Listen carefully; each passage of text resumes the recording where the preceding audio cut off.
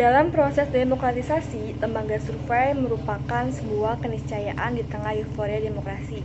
Karena kehadiran lembaga survei merupakan jalan yang beriringan dengan kehidupan negara berdemokrasi.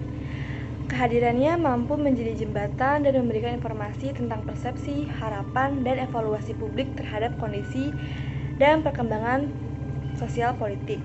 Bahkan juga bagian dari pendidikan politik, asal sesuai dengan etika dan profesionalisme sebagai lembaga survei. Lembaga survei harus berada pada jalur yang terkontrol, agar hadirnya justru tidak merusak tatanan demokrasi. Posisi lembaga survei dan transisi demokrasi menjadi komponen yang cukup penting, karena prinsip keterwakilan dan keilmiahannya adalah unsur penting yang dalam merancang sebuah keputusan dan kebijakan. Hal itulah maka sulit sekali dipisahkan antara politik dan lembaga survei.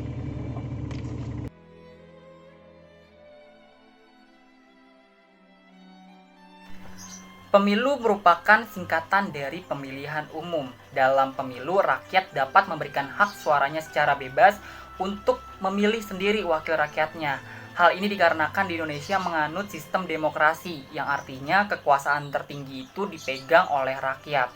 Dalam demokrasi Pancasila seperti di Indonesia, pemilu merupakan sarana untuk membentuk kekuasaan yang berkedaulatan rakyat. Untuk kegiatan pemilu itu sendiri biasanya diadakan 5 tahun sekali di Indonesia.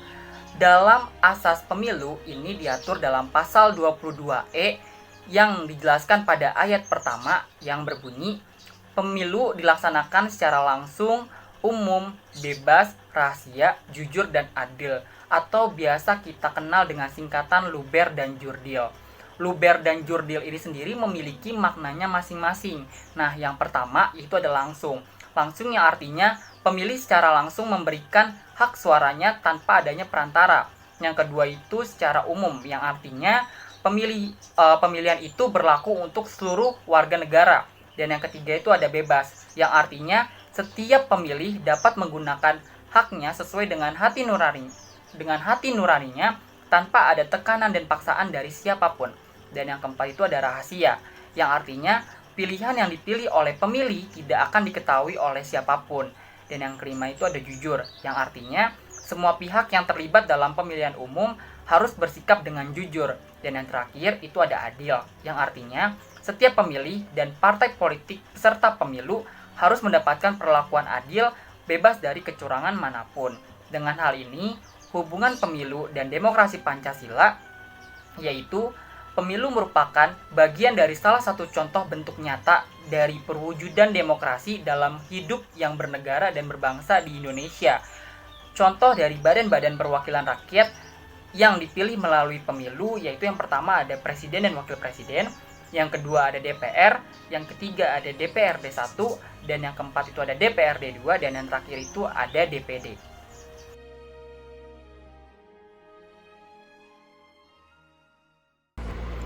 Hak memilih bagi difabel atau disabilitas. Indonesia adalah negara penganut sistem pemerintahan demokrasi. Demokrasi sendiri merupakan sistem pemerintahan yang seluruh rakyatnya turut serta memerintah dengan perantara wakil rakyat. Menurut Abraham Lincoln, demokrasi sebagai pemerintahan dari rakyat, oleh rakyat, dan untuk rakyat. Hal ini berarti seluruh rakyat dibutuhkan partisipasinya untuk memilih wakil rakyat, termasuk masyarakat dengan disabilitas atau difabel. Masyarakat difabel juga memiliki hak pilih yang sama dengan seluruh rakyat Indonesia. Hak-hak ini diatur dalam UU Nomor 8 Tahun 2016 tentang penyandang disabilitas.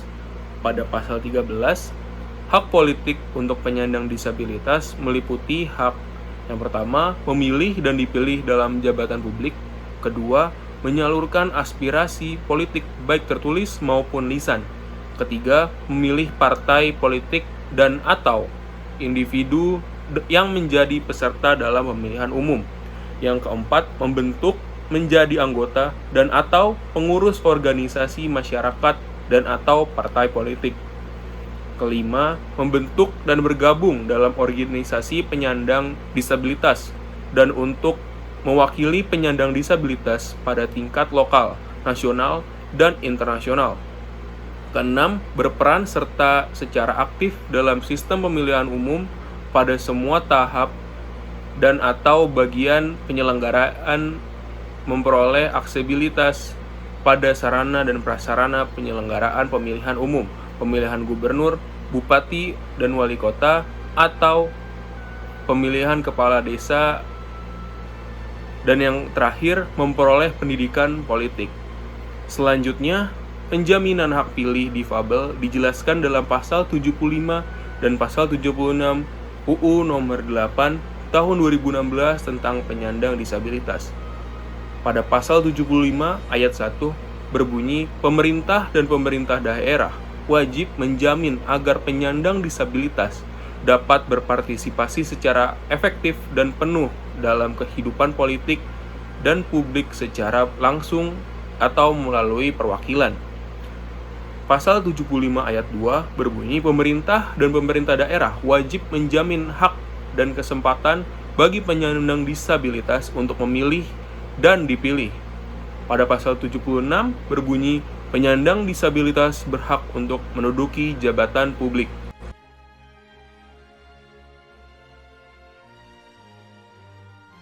Peran Bawaslu terhadap penyelenggaraan pemilu. Bawaslu merupakan kepanjangan dari Badan Pengawasan Pemilihan Umum yang memiliki arti lembaga penyelenggaraan yang bertugas mengawasi pelanggaran berjalannya pemilu di seluruh Indonesia. Bawaslu berwenang memeriksa, mengkaji, memutuskan pelanggaran, baik pelanggaran administrasi maupun pelanggaran politik uang.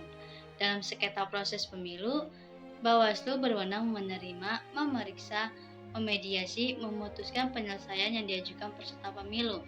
Perannya ini diatur dalam Undang-Undang Nomor 7 Tahun 2017, yaitu mencegah terhadap pelanggaran-pelanggaran dalam pemilu, juga pengawasan terkait seluruh tahapan berlangsungnya pemilu.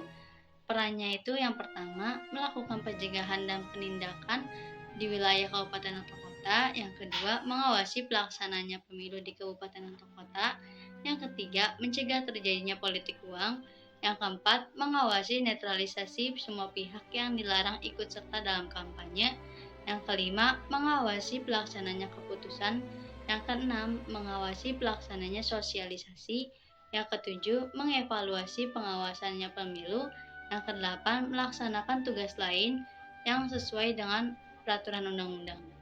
Maka dari itu, peran Bawaslu ini sangat penting di penyelenggaraan pemilu, agar pemilunya itu bisa berjalan dengan lancar dan sesuai dengan asas, yaitu luber jurdil.